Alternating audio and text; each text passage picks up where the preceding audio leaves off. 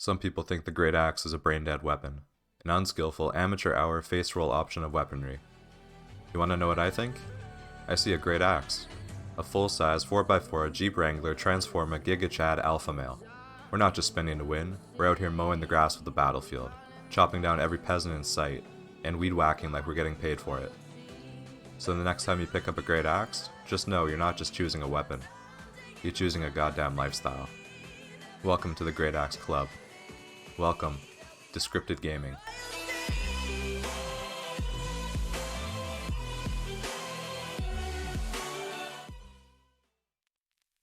Hey guys, welcome back to episode 4 of Project Black Zone. I'm excited to announce that this will be the grand finale of the Project Black Zone series, and we'll be diving into Black Zone PvP for our final adventure. Although this will be the last episode, I would love to make more series-based videos like these ones in the future. So if you liked this Project Black Zone series, definitely let me know in the comments below, and we can for sure do more series like this for more future videos. Anyways, before we get into this episode, I would like to announce the winner of last week's giveaway. We had over 300 people sign up for a chance to win a Tier 7 Snow Husky mount. But in case you don't win, don't worry, as I plan on doing lots more giveaways in the future. But without further ado, let's spin the wheel and claim our winner. Good luck everyone, here we go. And the winner is... Naruto12. Congratulations my friend, you have won yourself a Tier 7 Snow Husky mount. I'll be adding you in-game to trade you the mount, so please keep an eye out on your friends list. And now for this week's video, episode 4 of Project Black Zone. Into battle.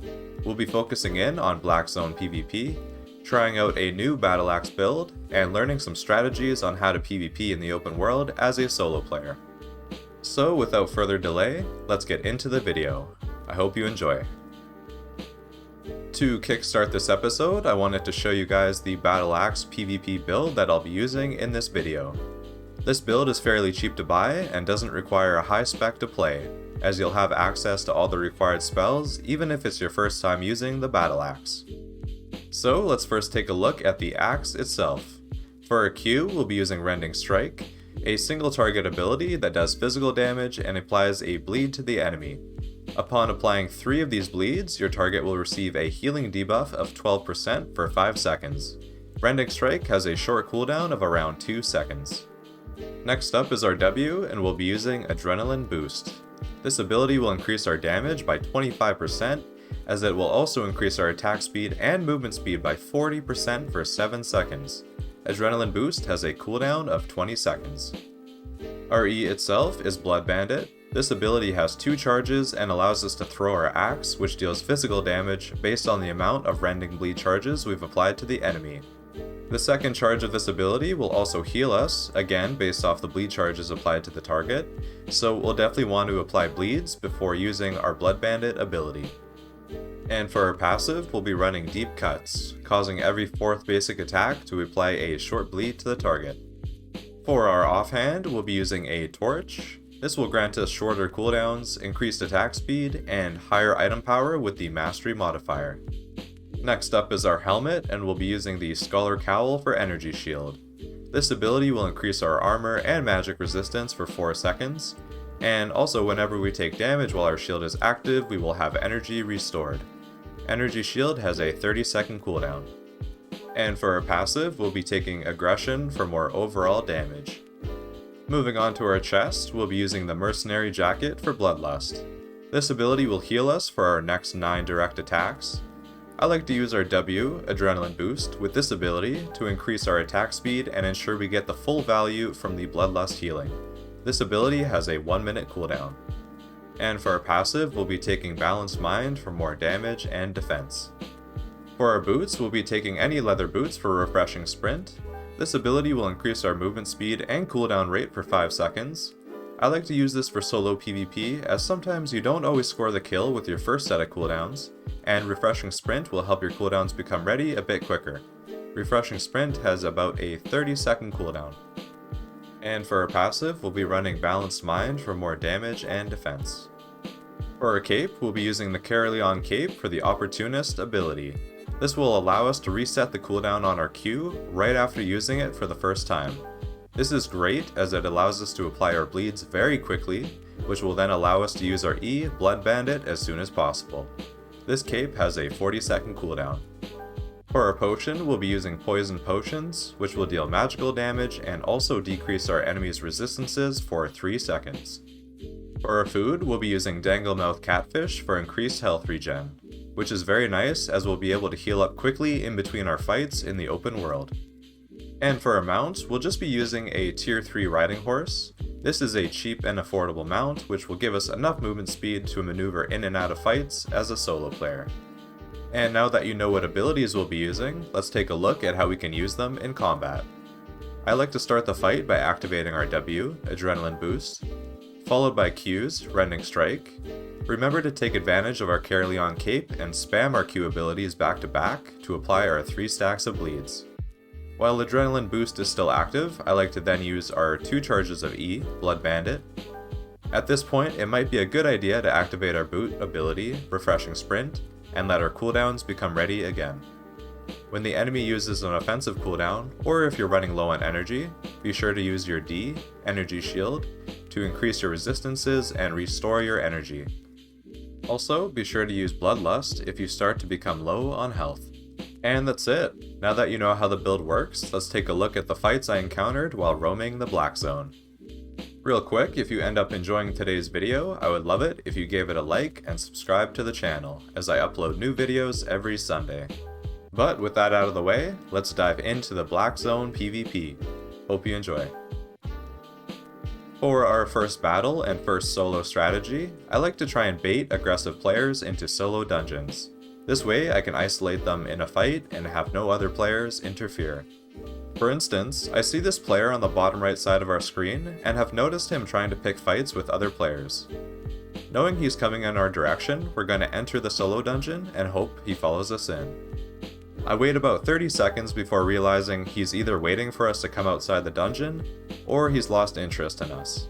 So, knowing I'll have a safety bubble from leaving the dungeon, I teleport out to see if he's still there. Lucky enough, this person is still in the area and we now have their full attention.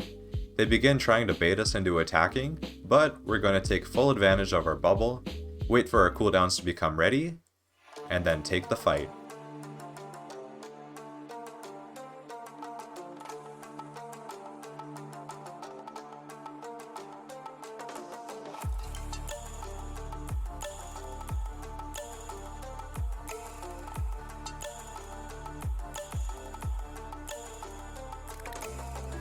We're able to eventually catch up to this person and score the kill. But unlucky for us, there's another person waiting to intervene to try and take us down. Knowing my abilities are on cooldown, I begin stalling by using my Q and then keeping my distance. But once my abilities are nearly off cooldown, I commit to the fight and attack this person head on.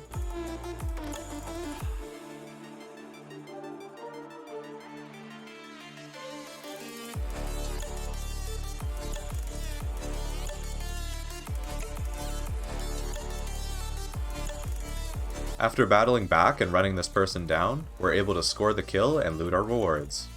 Only seconds after, some established players dismount on me and are looking for a fight. Knowing this isn't a winnable fight, I quickly mount up and escape before they're able to attack me. If I had to highlight 2 things from this clip, it would be baiting nearby players into solo dungeons for a fair fight, and learning to run and wait for your cooldowns before engaging players head on. For this next battle, you'll see me actually running away from a failed engage. At this point, I'm trying to run away and wait for my mount to come off cooldown.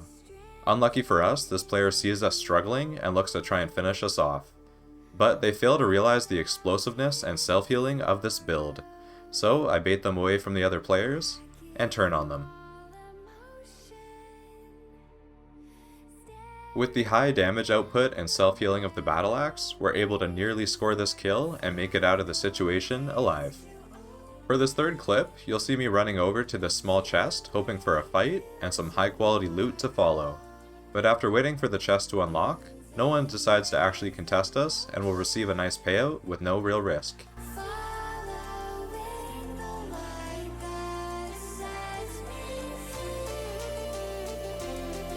For this fourth clip, I was again trying to bait some people into solo dungeons when I noticed another person waiting for me at the entrance. This person took a while to catch up to, but eventually were able to fight it out.